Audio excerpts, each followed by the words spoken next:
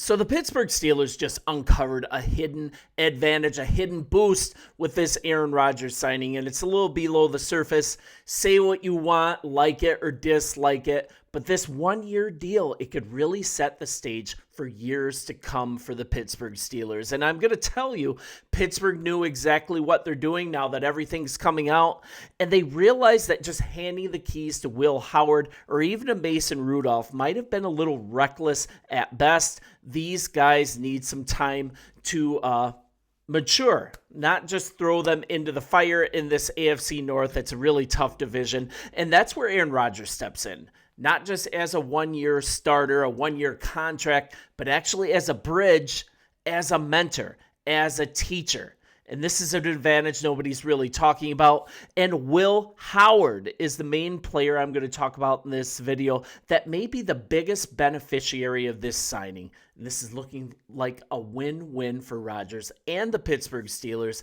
And one guy that has noticed is Charlie Batch. You guys know Charlie Batch. He's a former quarterback of the Pittsburgh Steelers and really knows a thing or two about backing up a Hall of Fame quarterback. He was a backup for Ben Roethlisberger for, I believe, 9 years, and he brings a perspective. He ultimately won a Super Bowl under Big Ben.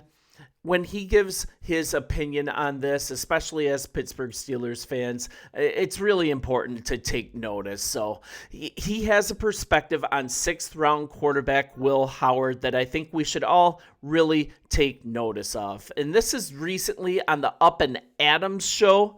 The former Steelers quarterback, he was super happy to see this move and actually happier to see Will Howard sitting for sure on his rookie year. Primarily because it eliminates the pressure of expectations, right? And he spoke to Kay Adams, and this was before Ben Rodgers put pen to paper. So this is actually a little more interesting. They want to make sure he is learning from the pocket first, and then from there, allow everything else to kind of materialize. There's not a lot of pressure on Will at this particular point, and that's one thing that he has an advantage because all he has to do is put his head in the playbook, go out there and get the job done where everybody else is being talked about. And now that Aaron Rodgers is on the team, he has a mentor. He has a teacher. And we're looking at Mason Rudolph atop the depth chart before the Rodgers signing. And you know, frankly, before this signing, there was a real chance that Howard was going to get some playing time in 2025, right? Pittsburgh has constantly been able to churn out top-notch defensive teams, like really playoff-ready teams. Say what you will about how many playoff wins you guys have experienced, but you are in the playoffs every single time, and Pittsburgh has continued to make the playoffs with recently just bottom-of-the-barrel quarterbacks.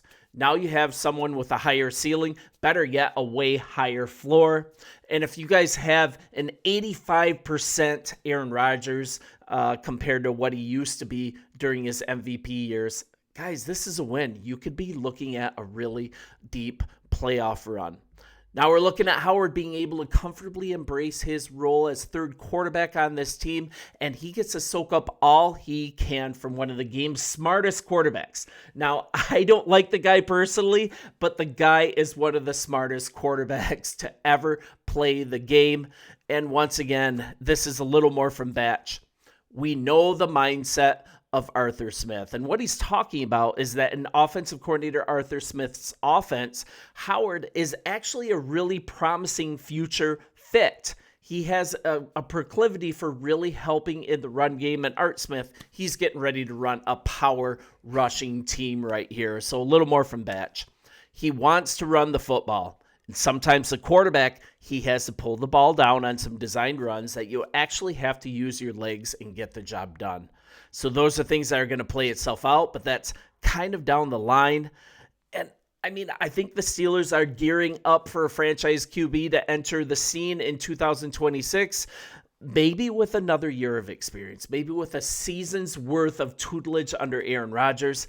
Maybe that guy is Will Howard. Just maybe. He absolutely balled out at Ohio State, and for what he lacked in physical tools, he really made up for between the ears. And the guy was cerebral. The guy out-thought defenses. The guy was a great leader, and he led Ohio State to a national championship. So it is very possible that Howard could find himself with the upper hand in a quarterback competition next season. And a little more on this persistence of Pittsburgh paying off. Aaron Rodgers has agreed to a one-year deal. One of these things is that we don't know exactly what the money amount is, but all reports are that it's between 10 and 20 million, an absolute bargain. Just agreed to a one-year deal. And I mean, is this a last-ditch effort to salvage a season? I think it's something much bigger. I think it's definitely a really nice job by the front office. And Rodgers isn't just another depth chart addition. He's not here just to light a fire under all the young quarterbacks' butts in this quarterback room. This is mentorship.